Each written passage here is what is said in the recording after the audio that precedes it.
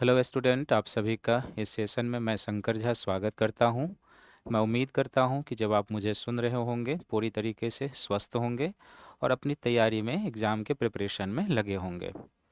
तो आज हम आपके साथ समसामयिकी की श्रृंखला में उत्तर प्रदेश लोक सेवा आयोग आधारित जो एक टॉपिक है उस पर हम लोग चर्चा करेंगे, जिस टॉपिक का हेडिंग है या शीर्षक है जिला बाढ़ गंभीरता सूचकांक। हालांकि इसमें जो आप थंबनेल देख रहे हैं वो उत्तर प्रदेश लोक सेवा आयोग परीक्षा पर केंद्रित दिखाई दे रहा होगा, लेकिन ये अन्य परीक्षाओं के लिए आपके लिए बेनिफिशियल हो सकता है। अगर आप सिविल सर्विसेज प्री और मेंस के दृष्टिकोण से इसको सोचेंगे तो वहाँ भी आप इसे यूटिलाइज करेंगे, और इसके अलावा पीसीएस और अन्य एग्जामों में भी आपके लिए ये यूज़फुल साबित होगा।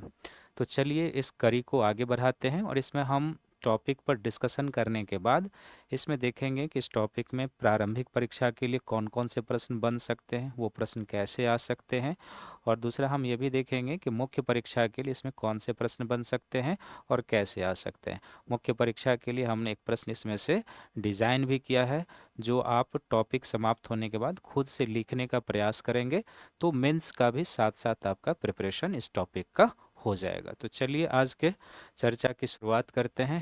जैसे हमने पहले कहा कि हमारा जो टॉपिक है जिला बाढ़ गंभीरता सूचकांक, तो इस टॉपिक पर समझ विकसित करने के लिए सबसे पहले हम इसमें देख लेते हैं कि किन किन डायमेंशन को कवर किया गया है।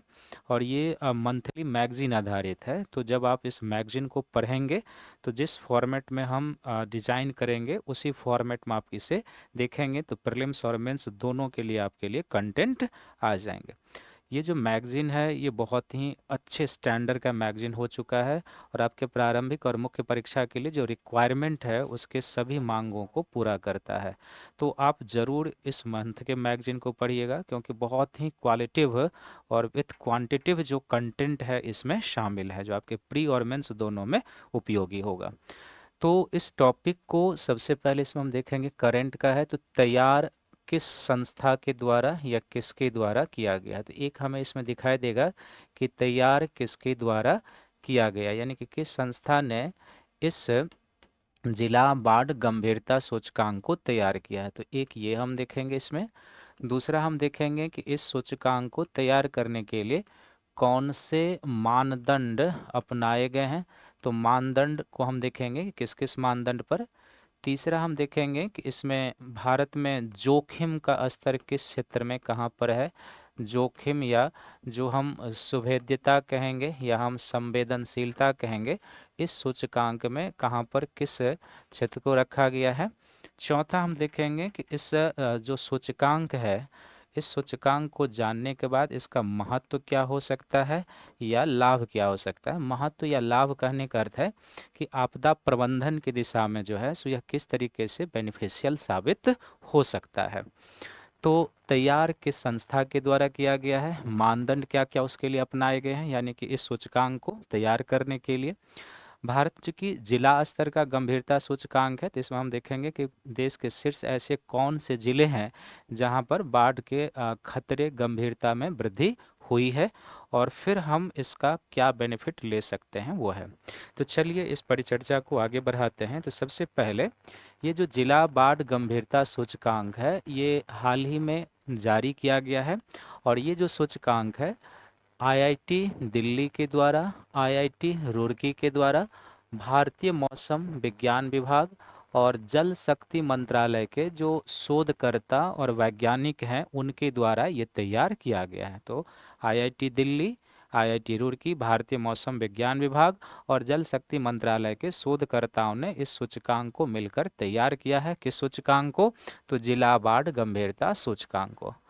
अब ये जो सूचकांक प्रकाशित किया गया है ये अभी तक क्या बताता है, तो ये सूचकांक बताता है कि भारत में बाढ़ की संवेदनशीलता और क्षति का जिला स्तरीय आकलन किया गया कि पूरे देश में बाढ़ की जो गंभीरता है वह क्षेत्रीय स्तर पर किस जिले में किस स्तर पर है, और वो जो गंभीरता है वह किस प्रकार के या किस हद तक सामाजिक, आर्थिक, राजनीतिक और पर्यावरणीय हानि को पहुंचा सकता है, उस पर ये किया गया। और जब हम ये जान जाते हैं कि इन इन चीज़ों का जोखिम बढ़ रहा है तो फिर उसको ध्यान में रखते हुए जोखिम को कम करने के लिए भी कदम उठाए जा सकते हैं। तो इससे संसाधन आवंटन की प्रक्रिया में क्या हो सकता है, क्रांतिकारी बदलाव आ सकता है। तो ये इसमें बताया गया है। फिर है कि भारत विश्व के सर्वाधिक बाढ़ प्रवण देशों में, तो एक फैक्चुअल पॉइंट आपके लिए भी है कि विश्व के सर्वाधिक बाढ़ प्रवण देशों में भारत शामिल है। और कुछ आंकड़े हैं कि 1975 से 2015 के बीच भारत में बाढ़ से लगभग 1.13 लाख लोगों की मौतें हुई है। और देश का 75% जो वर्षा है वो जून से सितंबर के बीच अचानक और तीव्र वर्षा होने के कारण बाढ़ की संवेदनशीलता बढ़ी है। क्योंकि जून से सितंबर तक भारत में साउथ वेस्ट मानसून का समय है। हमारे यहाँ यही एक मैकेनिज्म है जो मैक्सिमम वर्षा इस सीजन में होता है। और साथ ही साथ उस सीजन के दौरान हाल के वर्षों में बादल फटने की घटना भी बढ़ी है, जिसके कारण बाढ़ की संवेदनशीलता और जोखिम का स्तर बढ़ते जा रहा है। तो इसमें आपको ये बताया गया है। दूसरा, जैसे हमने कहा कि इस सूचकांक को किस घटक पर तैयार किया गया है, जो जिला बाढ़ आपदा सूचकांक है। तो इस सूचकांक को तैयार करने के लिए इन मानदंडों का प्रयोग किया गया है कि बाढ़ की घटनाओं की संख्या, अर्थात देश के किसी राज्य, किसी जिले में बाढ़ की घटनाओं की फ्रीक्वेंसी क्या है, एक साल में कितने बार वहां पर आता है। दूसरा है औसत बाढ़ की अवधि, यानी कि जो फ्लड आता है वो कितने समय तक रहता है, 2 दिन, 4 दिन, 10 दिन, 15 दिन। तो औसत बाढ़ की अवधि को अपनाया गया है। बाढ़ से होने वाले मौत की संख्याएं कितनी है, उन आंकड़ों को भी लिया गया है। पीड़ित की संख्या कितनी है उनको भी, यानी कि बाढ़ से प्रभावित क्षेत्र में कितने लोग हैं उनकी संख्या को लिया गया है। ऐतिहासिक बाढ़ग्रस्त क्षेत्र का प्रतिशत क्या है, यानी कि पिछले 50-100 वर्षों में उस क्षेत्र में बाढ़ग्रस्त क्षेत्र के प्रतिशत में वृद्धि हुई है या फिर कमी हुई है, वो भी लिया गया है। और उस राज्य के जिले की कुल जनसंख्या कितनी है, कि जो जिला प्रभावित है उस जिले की जनसंख्या कितनी है। तो इन सभी मानदंडों को अपनाकर क्या किया गया है कि जिला बाढ़ गंभीरता सूचकांक को तैयार किया गया है। इन सभी को क्या किया गया है कि जो लघु गुणकीय सूत्र होता है उस सूत्र के माध्यम से आपस में संयोजित किया गया, यानी कि ये जितने भी मेटर्स हैं इनको एक लघु गणकीय सूत्र से आपस में संयोजित किया गया है, जिसमें सबसे अधिक वेटेज जो है मानवीय मृत्यु को दिया गया, यानी कि इन सब में सबसे अधिक वेटेज जो दिया गया है किसको, मानवीय मृत्यु को दिया गया है। तो ये आपको बताया गया है।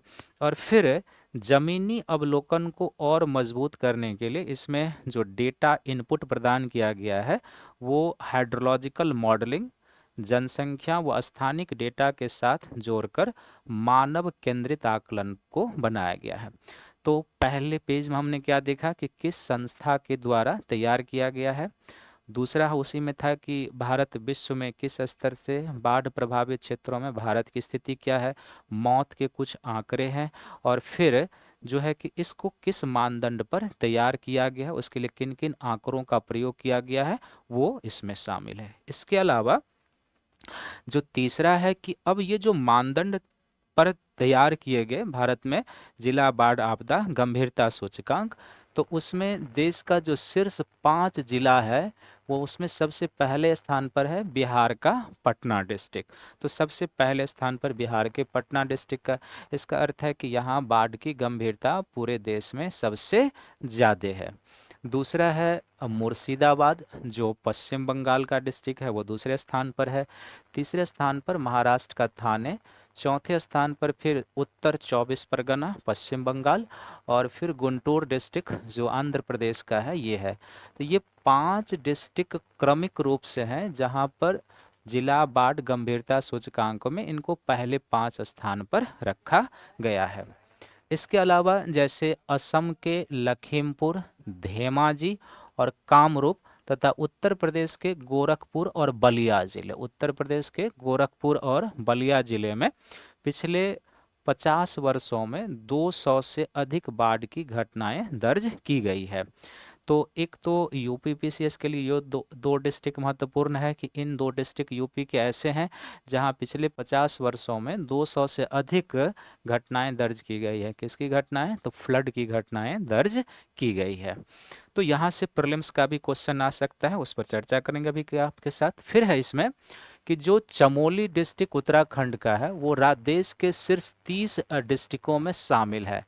और चमोली डिस्ट्रिक्ट जो देश के शीर्ष 30 डिस्ट्रिक्टों में शामिल है, इसका एक प्रमुख कारण है कि उस क्षेत्र में क्लाउड बर्स्ट की घटना का बढ़ना और हिमानी निर्मित झीलों के टूटने की संवेदनशीलता के बढ़ने के कारण यह देश के 30 जिलों में से एक जिले में आ गया है। फिर है कि सर्वाधिक बाढ़ प्रभावित 30 जिलों में से 17 जिला जो है गंगा बेसिन में। इसका अर्थ हुआ कि जो देश का सबसे अधिक 30 जिला बाढ़ से प्रभावित है उसमें 17 डिस्ट्रिक्ट जो है गंगा बेसिन वाले राज्यों में है। और 3 ब्रह्मपुत्र बेसिन में स्थित है। 3 जिले किस में है? ब्रह्मपुत्र बेसिन में, जो भारत में सबसे अधिक घनी आबादी तथा जल विज्ञान की दृष्टि से अस्थिर क्षेत्र माने जाते हैं। तो आप इस आंकड़ों को जब एनालाइज करते हैं तो इसका अर्थ है कि अगर 30 डिस्ट्रिक्ट भारत के सर्वाधिक वनरेबल डिस्ट्रिक्ट हैं, जिसमें से 17 डिस्ट्रिक्ट गंगा बेसिन में, 3 डिस्ट्रिक्ट ब्रह्मपुत्र बेसिन में, तो कुल मिला के कितने हो गए? 20 डिस्ट्रिक्ट। और इस क्षेत्र में जनसंख्या काफ़ी अधिक है, बहुत अधिक जनघनत्व है। तो इससे अगर बाढ़ आती है तो जानमाल के क्षति जोखिम का स्तर अधिक होने की संभावना है। फिर अगला है कि मुंबई, पुणे, नागपुर जैसे शहर, ये जो महाराष्ट्र के हैं, अवस्थित विस्तार से शहरी बाढ़ का खतरा बढ़ गया। वैसे इन शहरों में भी और भारत के तटीय शहरों में क्या है कि फ्लड के कारण, यानी कि जो अचानक मूसलाधार वर्षा हो रही है और जो साइक्लोन प्रभावित राज्य हैं वहाँ पर तटीय राज्यों में बाढ़ का जोखिम बढ़ते जा रहा है। तटीय राज्य जैसे यहाँ पर लिखा भी हुआ है कि तमिलनाडु, गुजरात, आंध्र प्रदेश और पश्चिम बंगाल में चक्रवात और भारी वर्षा का जो कंबाइंड इम्पैक्ट है उसने बाढ़ के जोखिम को क्या कर दिया है? बढ़ा दिया है। जो जिला स्तरीय बाढ़ गंभीरता सूचकांक है, अब बेसिकली क्या है कि इसमें यहाँ से ये पॉइंट है कि इस सूचकांक का महत्व क्या है और इस सूचकांक का लाभ क्या हो सकता है। तो इस सूचकांक का महत्व और लाभ यही है कि इस सूचकांक से हमें पहला ये पता चल जाता है कि देश के किस भाग में बाढ़ के जोखिम बढ़े हैं, पहला। दूसरा, किस राज्य में कितने जिले बाढ़ के जोखिम वाले क्षेत्र में हैं। प्रादेशिक स्तर पर भी हमें दिखाई दे रहा है कि देश का जो तटीय राज्य है यहाँ बाढ़ जोखिम का खतरा बढ़ा है साइक्लोन के कारण और अचानक मूसलाधार वर्षा के कारण। इसके अलावा देश के जो कुछ तटीय शहर हैं खासकर महाराष्ट्र के, वहाँ पर भी पर्वतीय राज्यों में अचानक मूसलाधार वर्षा और ग्लेशियर लेक आउटबर्स्ट फ्लड के कारण अर्थात हिमानी निर्मित झीलों के टूटने से बाढ़ की संवेदनशीलता बढ़ी है। क्लाउड बर्स्ट के कारण भी बाढ़ की संवेदनशीलता बढ़ी है।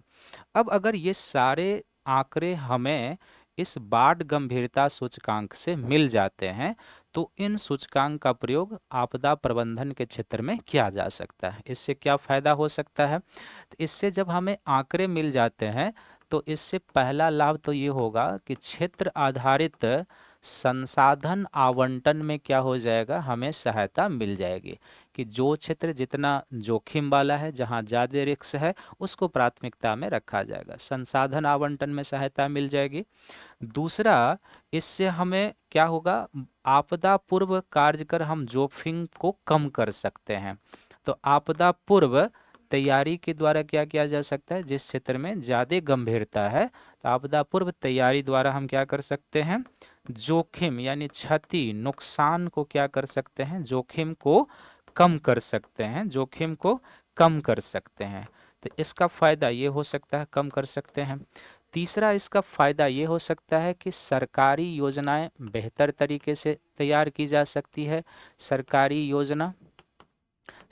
योजना तैयार करना और ना केवल तैयार करना बल्कि उसको लागू करना भी क्या हो जाएगा? आसान हो जाएगा लागू करना।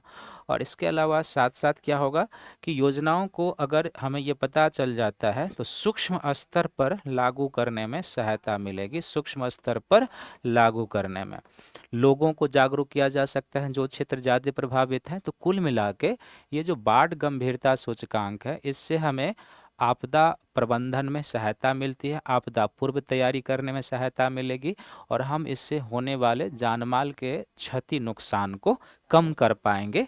ये इसका फायदा है। अब इसमें हम चलते हैं कि इससे पीटी का क्वेश्चन क्या क्या आपसे पूछा जा सकता है। तो पीटी का एक क्वेश्चन तो यही होगा कि जिला बाढ़ गंभीरता सूचकांक जो है किन संस्थाओं के द्वारा बनाया गया है। आपके ऑप्शन रहेंगे और उसमें आपको चयन करना है। तो 4 है, आईआईटी दिल्ली, आईआईटी रुड़की, भारतीय मौसम विज्ञान विभाग और जल शक्ति मंत्रालय। तो एक प्रीलिम्स का क्वेश्चन ये होगा आपका। दूसरा आपका प्रीलिम्स का क्वेश्चन हो सकता है कि जो जिला बाढ़ गंभीरता सूचकांक तैयार किया गया है वह किन किन मानकों पर तैयार किया गया है। तो यहाँ पर आप देख रहे हैं कि 6 मानक है, इसको आप ध्यान में रखेंगे। तो इन 6 मानकों के आधार पर तैयार किया गया, ये प्रीलिम्स में आ सकता है। सबसे मोस्ट इंपॉर्टेंट जो प्रीलिम्स में आने वाला क्वेश्चन है ये यह है कि देश के जो शीर्ष 5 डिस्ट्रिक्ट हैं जो बाढ़ से प्रभावित होने वाले, उसमें आपको दिया जा सकता है चयन करने के लिए कि इनमें से कौन से डिस्ट्रिक्ट ऐसे हैं जहां पर देश में सबसे अधिक बाढ़ की गंभीरता है, जोखिम है। तो इन जिलों को आपको याद रखना है, पटना, मुर्शिदाबाद, थाने, उत्तर 24 परगना और जो गुंटूर है ये है। ये 100% क्वेश्चन आने वाला है। उत्तर प्रदेश के दृष्टिकोण से गोरखपुर और बलिया जिले को भी ध्यान में रखना है कि पिछले 50 वर्षों में 200 से अधिक फ्लड की घटनाएं आई है यहाँ पर। तो तीसरा क्वेश्चन ये। चौथा क्वेश्चन जो है, अब यहाँ पर कुछ स्टेटमेंट करके आ सकता है कि पहला स्टेटमेंट हो जाए कि देश में सर्वाधिक बाढ़ प्रभावित क्षेत्र जो है गंगा बेसिन जिले में है, नाम बदला जा सकता है। तो ये स्टेटमेंट करके आपसे पूछा जा सकता है। तो यहाँ से भी स्टेटमेंट करके आपसे पूछा जा सकता है। तो 4-5 क्वेश्चन प्रीलिम्स के बनने की संभावना है यहाँ पे। और उसके बाद इसका मेंस में क्या रोल है वो हमने बता दिया। अब हमने आपके लिए एक मेंस का प्रश्न डिजाइन किया है जिसको आप इस टॉपिक का अध्ययन करने के बाद, इस लेक्चर को सुनने के बाद आप खुद से लिखेंगे और फॉर्मेटिंग करेंगे। प्रश्न है कि हाल के वर्षों में भारत में बाढ़ आपदा की गंभीरता एवं जानमाल की क्षति में वृद्धि देखने को मिली है। आंकड़ों के साथ अपने उत्तर की पुष्टि कीजिए। अब देखिए ये जो लिखा है ना, इसमें जब आपको बताए हैं और जब आप ये मैगजीन पढ़ेंगे तो उसमें उतने आंकड़े दिए हैं जिसके आधार पर आप पुष्ट कर सकते हैं। जो जिला बाढ़ आपदा गंभीरता सूचकांक है उसके आंकड़ों को प्रयोग करके आपको बताना है कि हाँ, हाल के वर्षों में भारत में बाढ़ आपदा की गंभीरता और जानमाल की क्षति में वृद्धि हुई है। और फिर दूसरा पार्ट है इसका कि हाँ, ये जो जिला बाढ़ गंभीरता सूचकांक प्रकाशित हुआ है ये किस प्रकार बाढ़ आपदा प्रबंधन में सहायक हो सकता है।